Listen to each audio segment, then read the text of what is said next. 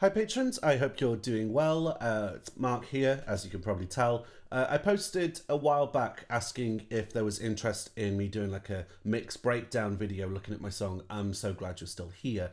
I'm aware that I've not been making much content in the field of like covers videos, so I want to try and compensate wherever I can.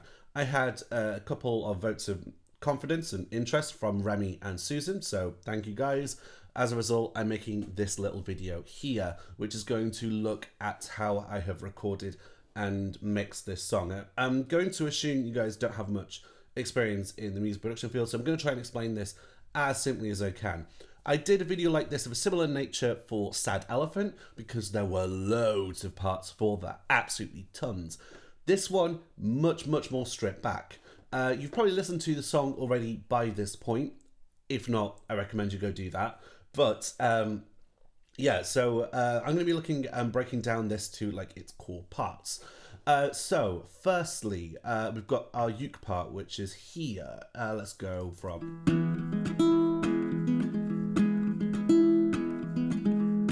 I know how you're feeling. So we've got that uke part, very claw hammer in style, I guess. As a result of this, I recorded it in terms of the capture. I just used one microphone throughout, just used this. I used this for pretty much everything that I did on this record as far as I'm aware. So I just used this. I think I was sat here, facing here, so that my blackout curtains were shut and they were like absorbing some of the reflections. And I had it here as I was recording my uke parts. Stick that there. And I took a good few takes. I remember spending a while doing this part. If you look, I did 9 different takes of... No, I didn't. Why? I did about 7 different takes, I think. Maybe 9. I did a lot, basically, which I then comped, I compiled, so I ended up selecting, for the most part, I was like, I like this take here. That's the one I kind of went with, and then there were a couple of points where I was like, ooh, I didn't like certain ways in which I played certain things, so I borrowed from other takes. And like just small little pieces like that, but I compiled it. I remember spending a good while trying to get it working with the metronome that I had. I've got a little click track at 104 BPM, 104 beats per minute. So I remember like trying to get firmly locked in with that was a challenge for me. But yes, so that's how I kind of approached my uke part. In terms of mixing, from there, let's have a look. What did I do? I'll minimize this. Mixing of the uke, I used this compressor. I gave it a... So compression, for those who aren't aware, it's where you reduce the dynamic range of something. So you make the louder bits quieter, and as a result, the quieter bits seem louder. So it can affect that, and also it has an effect on tone and how something sounds.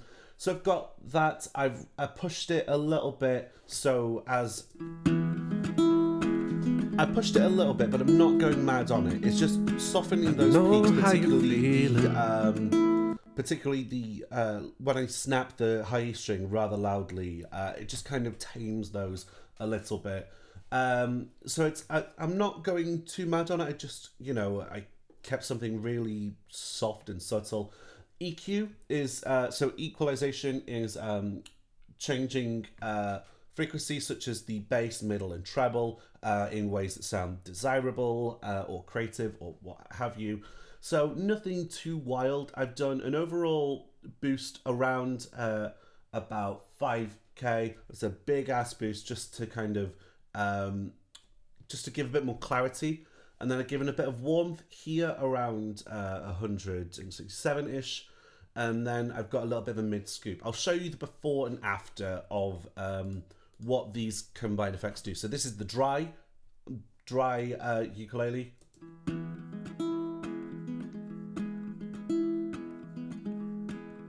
Sounds a bit thinner comparatively. Now after.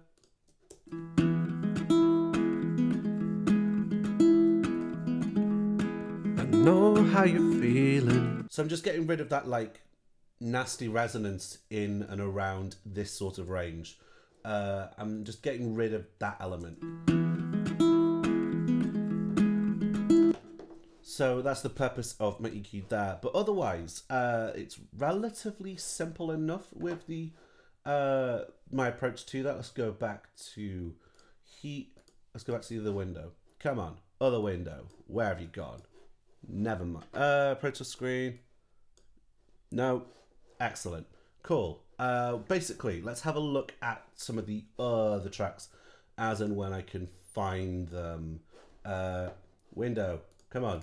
Work with me. Work with me. Thank you for bearing with while I just try and load up the edit window on this.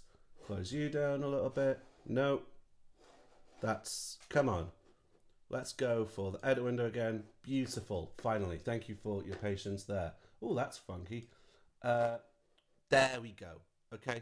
We good? Ooh. Foxed out a bit. All right. Thank you for bearing with me. Excellent. There we go.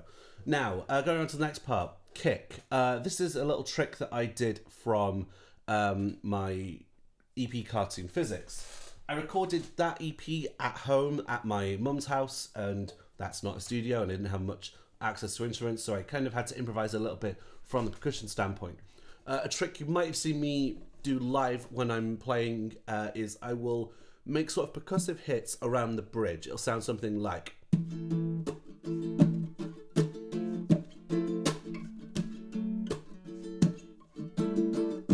So I've got that little bassy hit there. So what I'm doing is I'm using my thumb and I just kind of like slap around here. In the context of this song, I just literally had my ukulele on my lap and I would just go. So I'd just be doing that to the metronome. I remember I recorded it like the whole way through, and then I ended up quantizing it. I ended up like just taking a little bit, lining them up so it just landed on the beat, and then looping that over so I didn't have like inconsistencies, because I knew that like if I was to try and record it as a single continuous thing, it would be like some hits would be softer than the others, some hits would like be in a different place. So I wanted to just... So I ended up quantizing it, lining it up, and then just looping a good section of it. When I initially performed this song and I wrote it, it was at Songwriting Retreat, and I just played it, baritone, uke, and vocals. And I remember them saying, hey, you should like release this song as just that, completely acoustic stripped back. And I didn't want that particularly. I knew I wanted it to sound homemade, it to sound intimate, but I wanted it to like still have some elements of thickness to it, which is why I've got the kick here. Kick on its own just sounds like that. In context with the rest of the mix, enjoy even if you don't see it.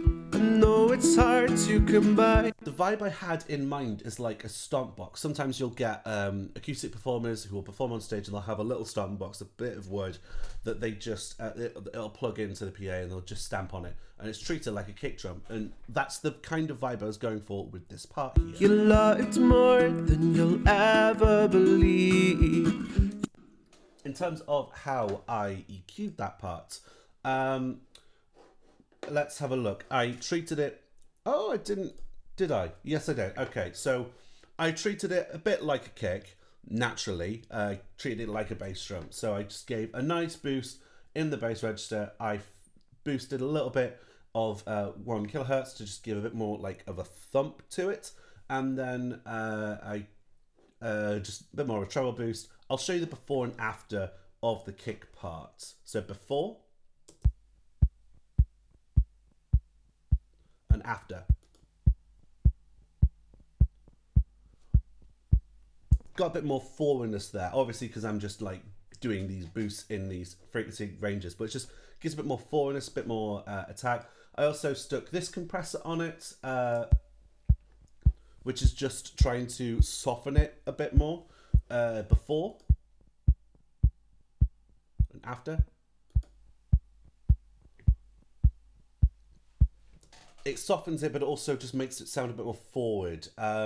So you're not getting the harshness of it. You're not getting distracted by it. You're just getting this like warmth out of it. And then I also use Maxim, which is a little limiter thing, just to add a bit more to it. Just makes it a bit louder, a bit more impactful. So yeah, I took that me just bashing on my ukulele to act as like a pseudo kick drum, a pseudo stomp box. Let's go back then to my other window. Where were you? Okay, come on. No. Okay, I'll make it work. I'll figure it out. So let's take printer screen down there, and I will figure this out. Thank you for bearing with me while I try and navigate between my various screens. Can I just command equals? Yes, I can. Thank God. Right, that's easy. Cool. Next live instrument I recorded was bass. So a good thing to bear in mind is something, good mixing is good arranging.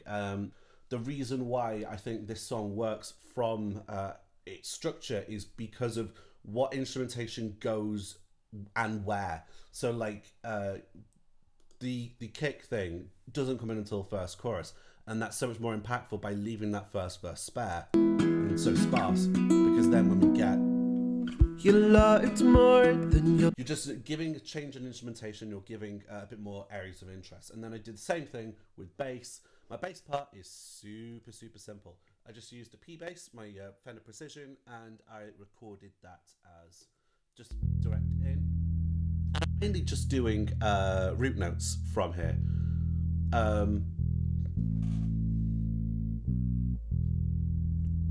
Bum bum. Bum, bum. So I'm just hitting on the one and on the upbeat just before the next bar, but it's just giving a bit of thickness and foundation when you compare that with the rest of like the verse. It's just filling out, just making it sound less dry, less sparse. Like a monster. So that was completely DI'd. The part really simple because I didn't want to distract from the uke and vox summarily. I wanted to support it very much so, but I didn't want to like distract from it. In terms of processing, that's just a tuner that I used to tune the bass. Oh, did I? Oh, I used some melody, some pitch correction, just to sort out some intonation issues on my bass. So there's that. EQ wise, I got rid of a lot of the sub here to make room for the kick. I added a bit of warmth around 100. I gave a cut here, and then this little boost just to help it poke through a little bit while making it not as resonant. And then compression is quite heavy, and then I just because I didn't want the sound of the bass just like dipping in volume as it sustained out. I wanted to keep it relatively consistent. Again, I wanted to have it be there to support what was going on without distracting and drawing attention to itself. So we've got that. Cello. I drew up, I made a little virtual instrument thing. Oh wait, so the cello comes in towards the end. We get here at this last chorus. Let's unsolo it. So if you don't see it, though it's hard. So I'm in my last chorus and I'm starting to build up the instrumentation, and that's where I bring in this sort of cello part. It sounds like this. 'Cause you'll look back on your younger self and wish. So it started out as this. Let's move it from here.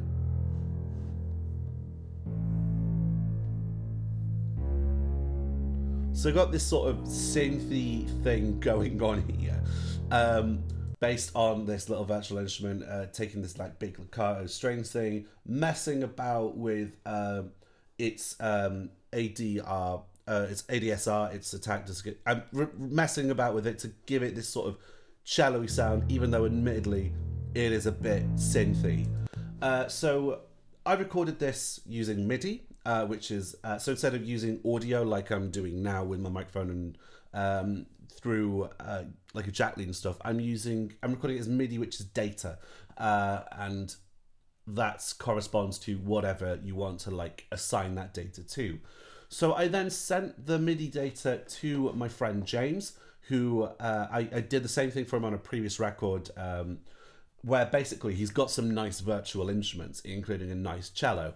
So I sent the MIDI data to him and I went, hi, can you just run this through your virtual instrument and send it back to me? And that cello part sounds like this. Much more dry, much more natural sounding than what I had. However, I liked the pair of them, the sound of them both together. I thought that my cello was like subtle enough to like just blend in without drawing attention to itself. On its own, obviously, I think sounds a bit dog shit, sort of. But in conjunction with that, like, honestly, I wish I'd sent the MIDI data to my friend James. I wish I sent it to him when it was like an octave lower, because I do think that this, it's not quite what I want. It's a bit octave higher, but I made the compromise by just popping both of these together as this big ass cello part, and I think it worked ultimately. So we've got that. We've got, so that those are the main parts really outside of vocals, but compared to like Sad Elephant, in which I recorded, like, ukulele had 4 different sources on it. I recorded like with 3 different mics and a DI, and I recorded like many parts of that, so the track list was fucking massive. I didn't have that with this song. It's much more stripped back, but you can see so far that I am, I didn't want it to be too stripped. I didn't want it to be just guitar and vocal, ukulele and vocal. I wanted it to have a bit more thickness to it. I wanted it to be supported by this other instrumentation, and I think I did that pretty well.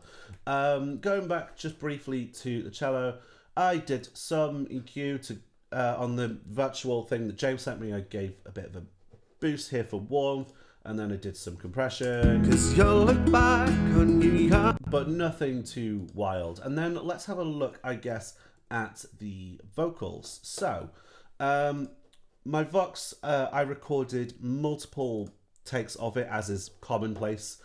So I recorded I want to say 9-ish takes there, maybe more, I can't count. And at the start, I did what I like to call theme takes. So having a little look at this. 'Cause you'll look back on your you loved more than you'll ever be. Okay, so I did this thing, what I like to call theme takes. So I did a run through of the song, which was completely mumbled, where I was like, I really shrunk my body in and just tried to mumble my way through it, thinking like Billie Eilish in my mind and seeing if that emotion would translate. I know how you're feeling. I've been there before. So I've got that. Another theme take I did was the over-enunciated, where it sounds a bit... I tried to enunciate every single thing, and it sounded... I like to describe it as some sort of musical theatre sounding thing, to try and like artificially get more emotion out of the track. Sounds like... I know how you're feeling. I've been there before. So we have that. Let me just try again, but take this off. Let's go back to that mumble, because I think you should hear it now. I know how you're feeling. I've been there before. And then over-enunciated. I've been there before. The world's just weighing you down, and you don't notice those consonants, and you don't think you can. So it had that. Another thing take I had was diaphragmatic. I was like concentrating on my air coming out from here. It sounded like this. Been there before. The world's just weighing you down, and you don't think you can take much more. I had a theme take of projection where I stood back a little bit from the mic and I just went a bit louder, a bit harder, and it sounds like The world's just weighing you down, and you don't think you can take much more. got a bit more push, and then outside of those theme takes, I just like stopped thinking about it and I just sang, which is why we have this sort of stuff here. So yeah, it's compiled from various different takes. Me just going through each line and going, what sounds best for this given thing. That's somewhat standard practice. And then in terms of how I processed this, let's look at lead vox. Melodyne, I used it to tune. Oh no, auto tune. Oh, you're a terrible singer, Mark. That's right, I'm a bad singer. So when I noticed, and the thing is, in Melodyne, ignore that. That's not what I wanted. Go away. Right, so in this, I'm not using it much. I'm mainly just sorting it out for my transition between notes. Sometimes were a bit lacking. There were some notes where I was like, oh, hang on, that was outright wrong, as it were. But yeah, so I had that. And then, so I used a bit of Melodyne just to tune and sort out some areas, but I don't like I hate the sound of vocals that are clearly tuned. So I use mine in a very subtle, tasteful way, compression on it. The world's just weighing you down, Relatively, and you don't think you can relatively take heavy. much I'm just more. like trying to keep everything somewhat level.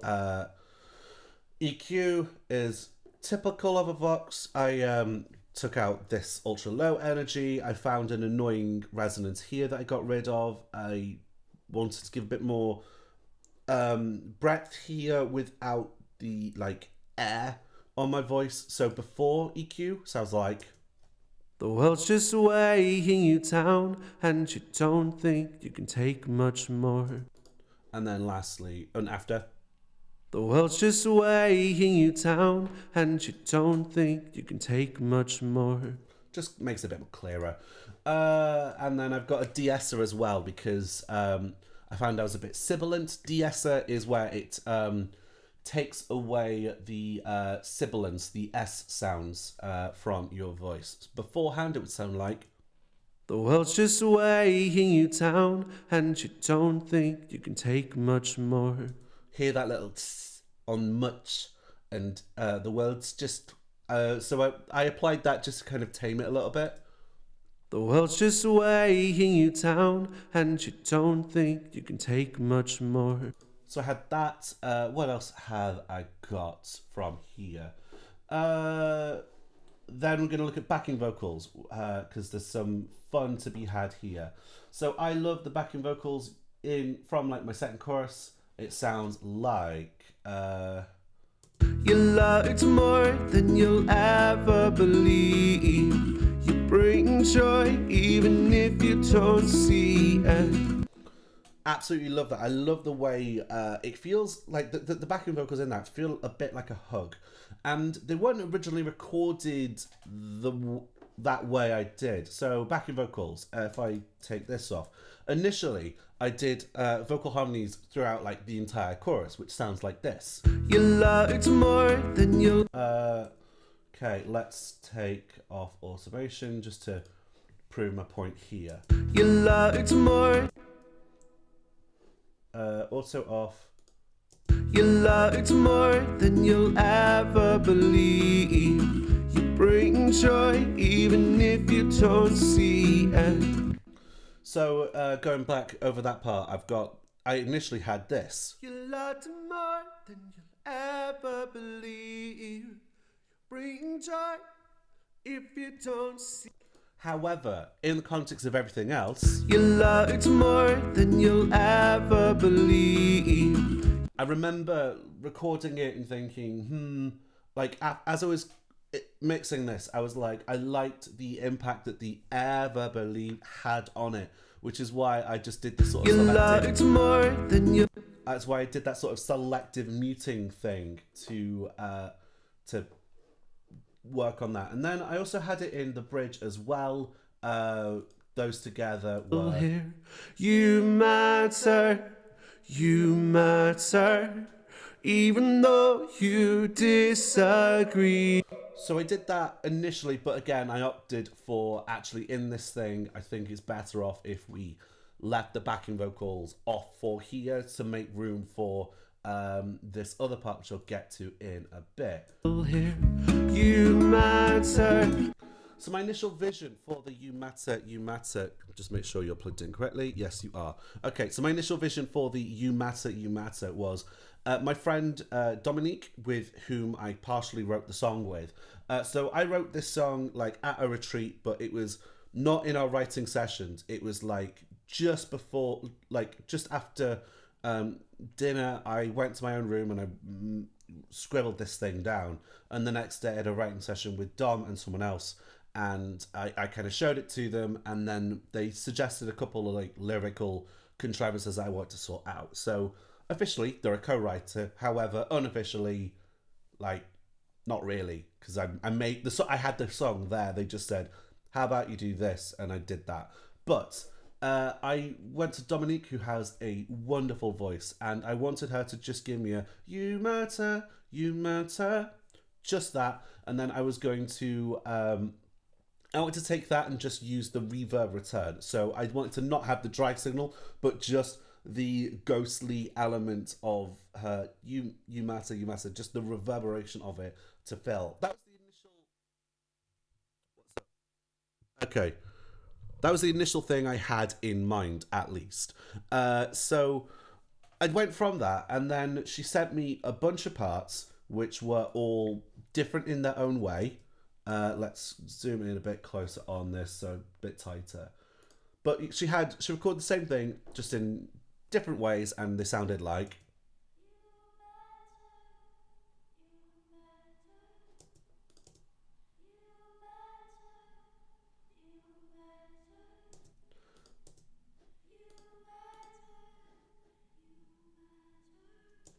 So recorded with different sorts of like vocal delivery, some softer, some harder, and she also recorded them with her own kind of reverb. I can't remember the name of the plugin. It's called something like Black Hole or something, and it sounded really nice.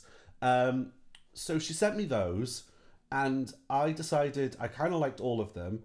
And then also she had this lovely little part here, which is comes in a minute.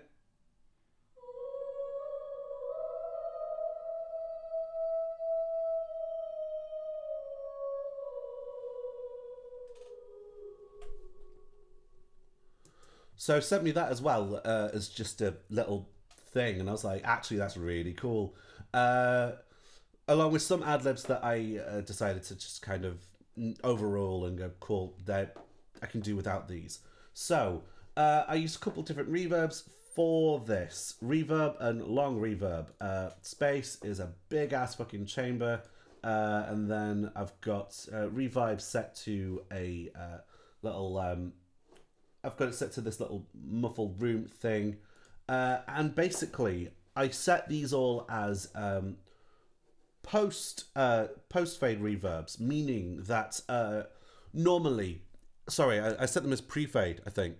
Yeah, so pre and post fade. Pre fade is where the level going to the thing is proportional. Come on, I need to change this cable. Oh my god, I will change this cable. Give me a sec. I just want to get to this video first. Okay, so I had that and realized this. God, I've gone in half an hour. My god, right?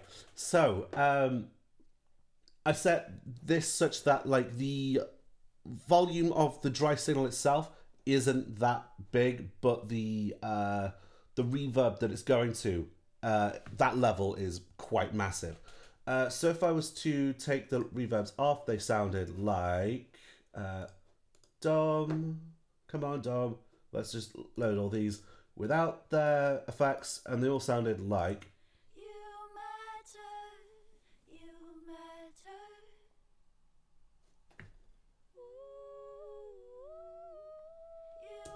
So I just sent those to a couple of big ass rooms, and that's where we get this little sound. So my initial vision was like I just wanted like a little ghostly voice. I liked all of the takes she sent me. I couldn't really pick one over the other, so I just went for all of them and to act as this little pseudo choir thing.